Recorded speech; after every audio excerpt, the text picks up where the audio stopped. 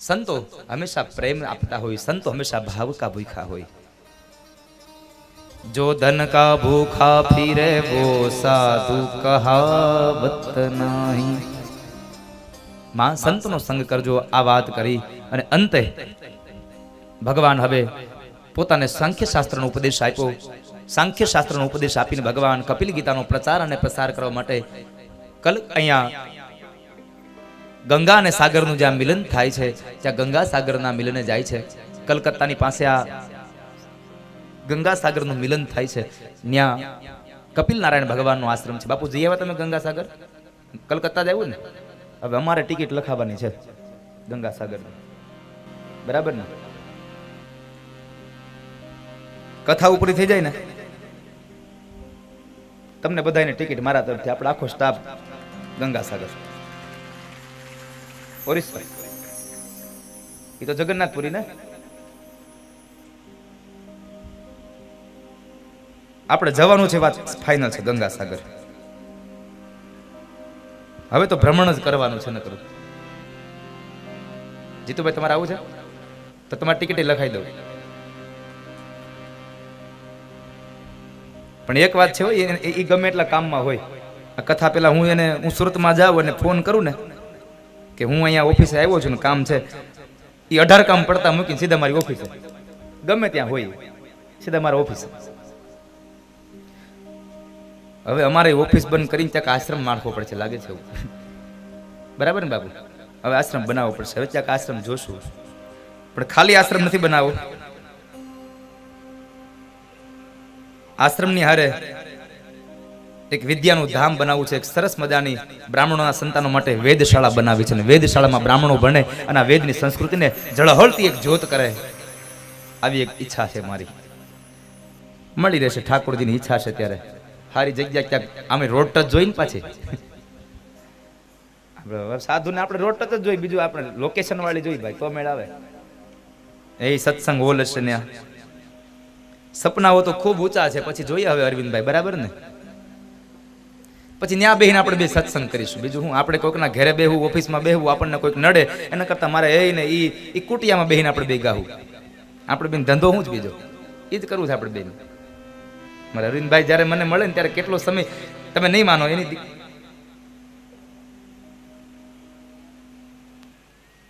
શું છે હા તેને બંધ રાખો. હવે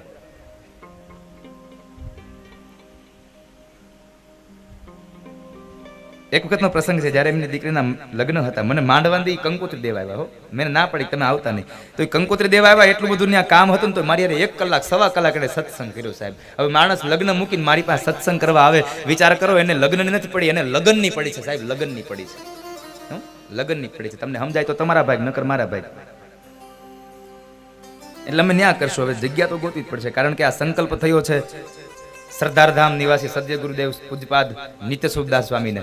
હમણાં હું ભાવનગર મળ્યો ને ત્યારે મધ્યરાત્રિએ મને એમણે વાત કરી કે દાદા, મને હમણાં સંકલ્પ થયો છે કે જેમ પોરબંદરમાં સાંદીપની છે ને, એમ તમારો એક સાંદીપણીનો આશ્રમ તમારો હોય. જ્યારે સદગુરુને આવો સંકલ્પ થયો છે ને, તો ઠાકોરજી બહુ જલ્દી પૂરો કરાવશે, આવો મને પણ ભરોસો છે સાહેબ. સંતોને મારા માટે જ્યારે આવા સંકલ્પો થાય છે. હા, પણ આશ્રમ બાંધવાનો છે, પણ તમે કોઈ માનતા નહીં કે પાછું મારે ભેખ લઈ લેવાનો છે. આપણે ભેખ નથી લેવાની, આપણે તો ભેખ પહેરાવો નથી, ભેખ લેવો નથી. એને આવા ગુણગાન ગાવાના છે. ભગવાન ગયા છે ગંગા સાગર. ગંગા સાગરમાં જઈ અને ભગવાન કપિલ ગીતાનો પ્રચાર કરે. આ બાજુ માતાને જે યોગ માર્ગમાં લઈ જે જ્ઞાન મળ્યું, એ જ્ઞાનને લઈ અને માતાએ પોતાના કર્મ પ્રમાણે જ્ઞાન બનાવી અંતમાં એમણે પોતાનો પ્રાણ ત્યાગ્યો. અને પ્રાણ ત્યાગ્યો અને માને સિદ્ધિ મળી. જે જગ્યાએ સિદ્ધિ મળી એ જગ્યાનું નામ પડ્યું સિદ્ધપુર. બિંદુ સરોવરના કિનારે સિદ્ધપુર બન્યું. એ સિદ્ધપુરમાં પણ જઈ આજ પણ કળિયુગનો કોઈ દીકરો માની જો પિંડાન વિધિ કરે તો ત્યાં માને મુક્તિ મળે છે. અને કહેવાય છે ગંગા અને સાગર માં એટલા પુણ્યનો પ્રતાપ છે કે સારે તીર્થ બારંબાર, ગંગા સાગર એક બાર. એક વખત તમે ગંગા સાગરમાં જાઓ એટલે અન્ય તીર્થોમાં તમે વારંવાર જાઓ, એના કરતા વધારે ફળ અહીંયા મળે છે. એ કથા બતાવી અને ત્રીજા સ્કંદની પૂર્ણાહુતિ કરી અને હવે ચોથા સ્કંદની કથામાં પ્રવેશ કરાવે. ચોથા સ્કંદમાં પ્રવેશ કરાવે અને એ ચોથો સ્કંદ ભગવાન બાદરાયણ બોલ્યા છે. યોऽन्तઃ પ્રવિશ્ય મમ વાચમિમાં પ્રસૂપ્તા સંજીવયત્યખિલધ્યક્તિધર સ્વદામ્ના અન્યાસ્તહસ્તચરણ શ્રવણત્વગાદિના પ્રાણાન્નમો ભગવતે પુરુષાય તુભ્યં. પ્રાણાન્નમો ભગવતે પુરુષાય તુભ્યં. ચોથા સ્કંદની અંદર બતાવ્યું કરદમ ઋષિને ત્યાં 9 કન્યાઓ થઈ. એ 9 કન્યાઓમાં એક કન્યાનું નામ છે અનસુયા, અને એ અનસુયા હતા એ અત્રિ ઋષિ સાથે પરણાવ્યા, અને અત્રિ અને અનસુયાએ ભગવાનનું યજન કર્યું ને એવું દાંપત્ય જીવન ગયું, એવું દાંપત્ય જીવન ગયું કે પતિવ્રતાના વ્રતને લઈ અને ભગવાન એટલા રાજી થયા કે સ્વયં ભગવાન એને ત્યાં દત્તાત્રેય એવા દત્તાત્રેય નામ લઈ અને ભગવાનના અંશ રૂપે ભગવાન દત્તાત્રેયનું પ્રાગટ્ય થયું. બોલીએ દત્તાત્રેય મહારાજ કી. ભગવાન દત્તાત્રેયનું પ્રાગટ્ય થયું એ કથા બતાવી અને ત્યારબાદ કહે છે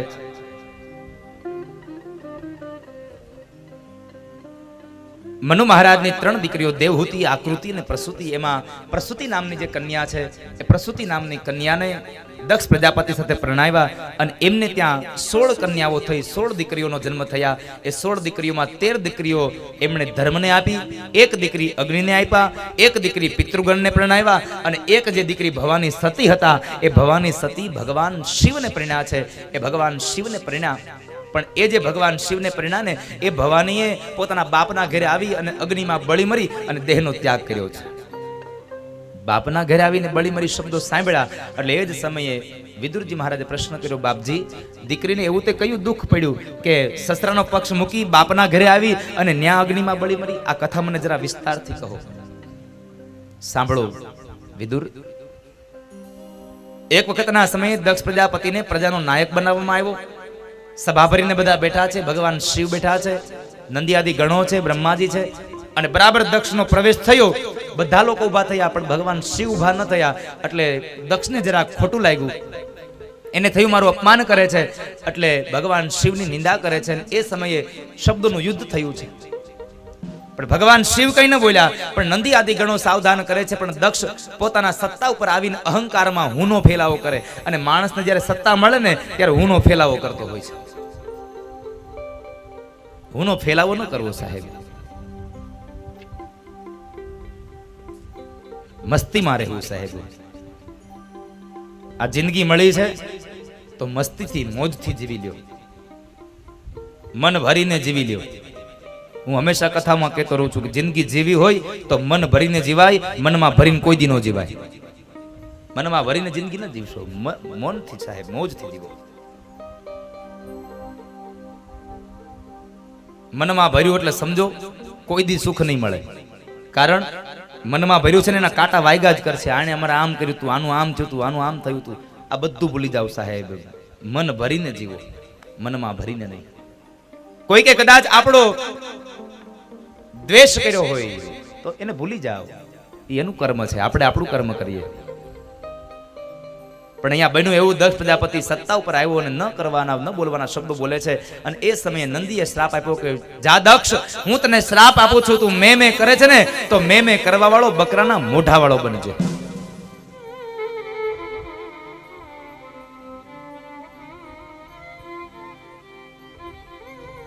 મેં કરવા વાળો બકરાના મોઢા વાળો બનજે.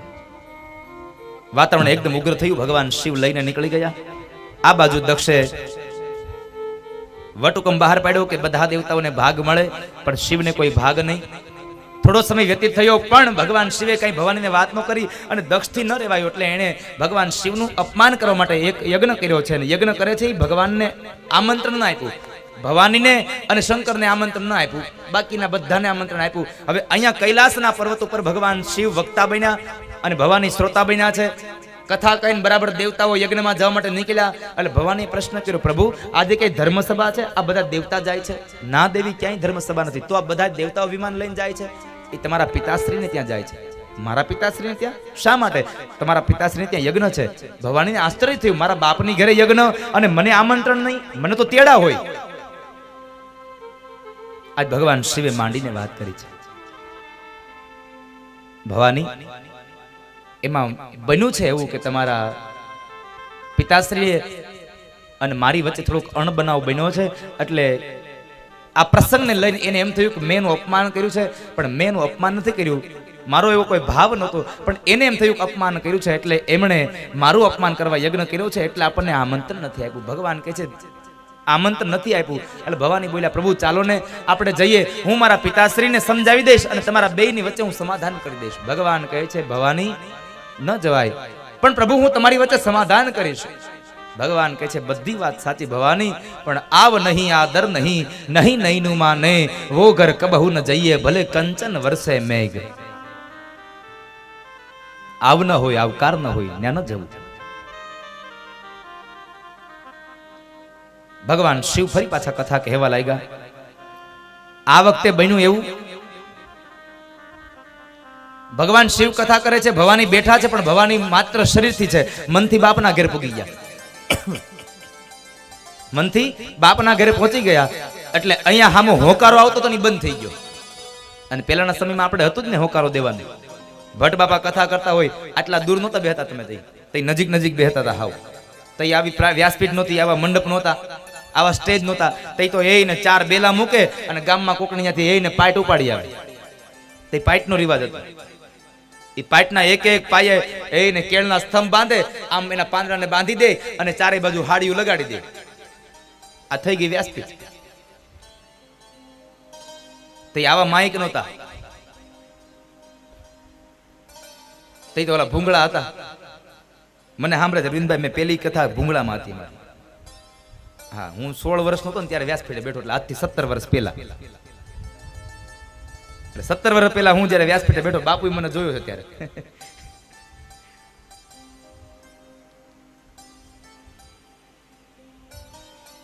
એટલે 17 વર્ષથી આ નાતો આયલો હોય આમ તો. એટલે બરાબર એ કથા મારા ગામમાં પહેલી વેલી મારી. અને એ કથામાં ભૂંગળા માથે બોલતું હતું બધું.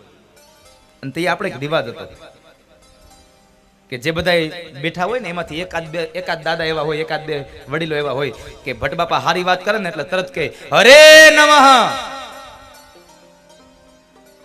આના 2 ફાયદા હતા.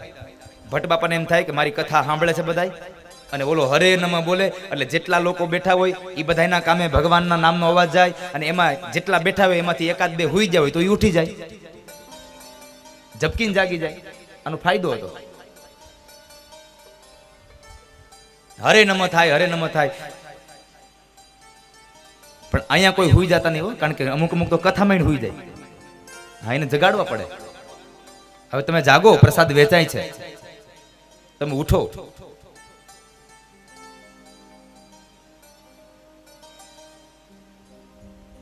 પણ કથામાં આવીને હુઈ જાય એનું શું થાય તમને કહું.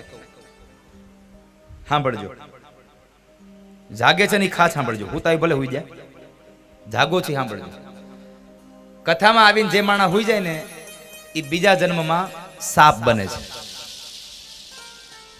કથામાં આવીને જે હુઈ જાય એ બીજા જન્મમાં સાપ બને.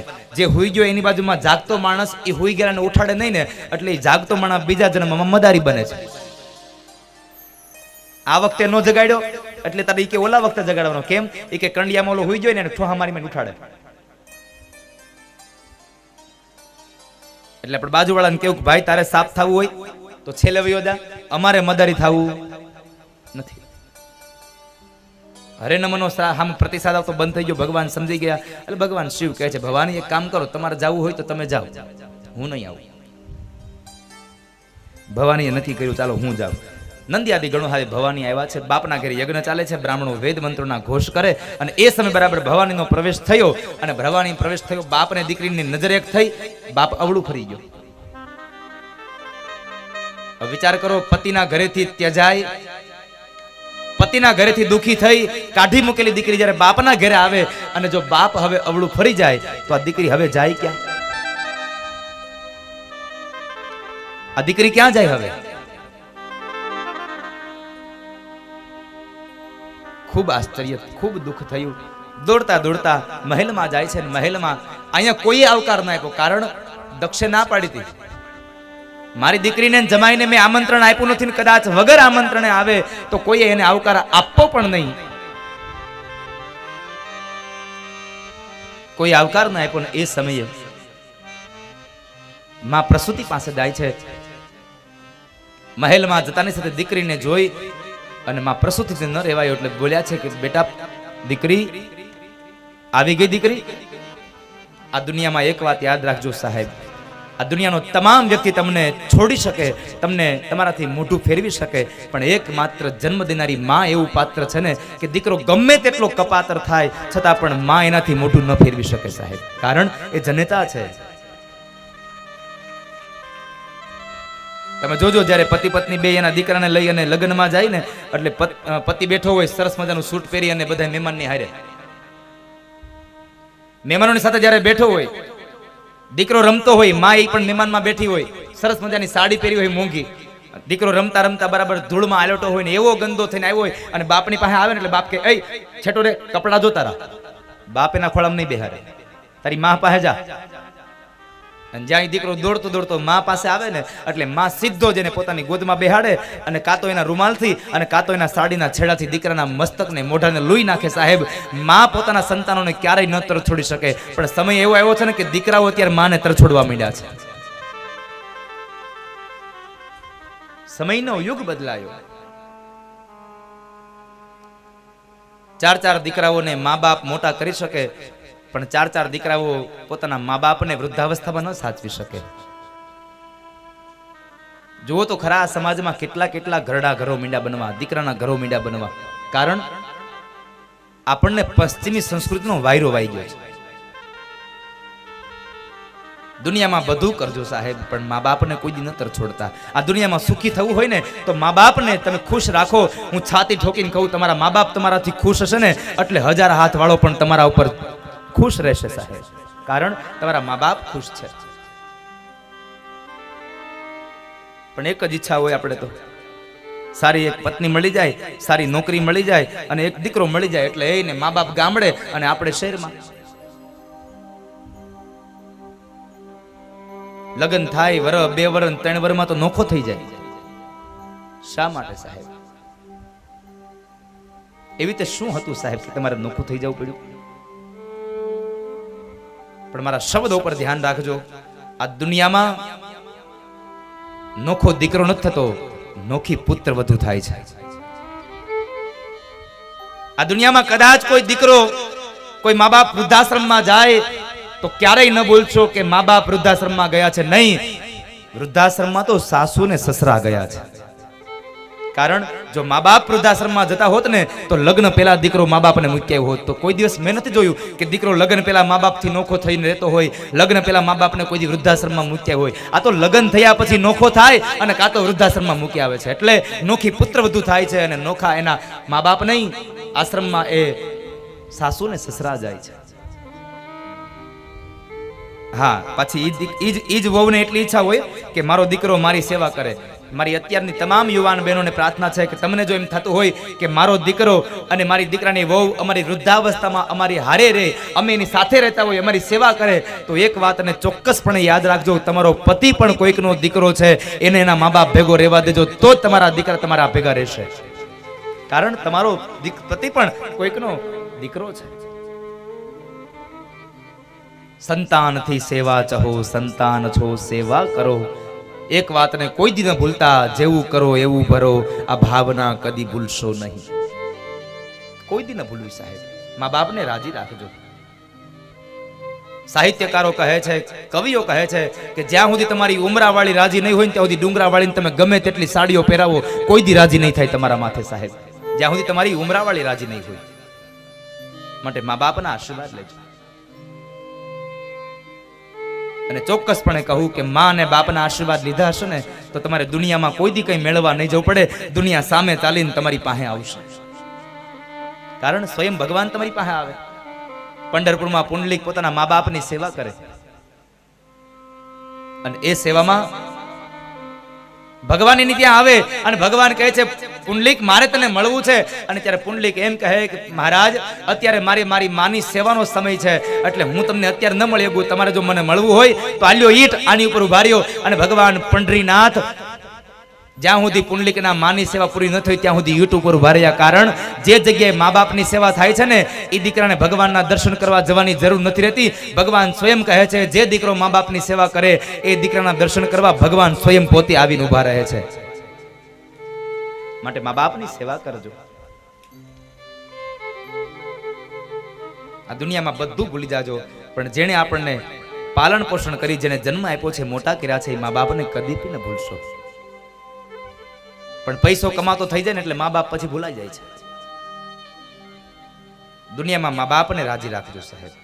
તમારા મા બાપની ઈચ્છા એ જ તમારી ઈચ્છા હોવી જોઈએ. તમારા મા બાપની ખુશી એ તમારી ખુશી છે. એટલે સમજો આ દુનિયાની તમામ ખુશીઓ તમારો ચરણ પકડતી આવશે ગમે ત્યાંથી.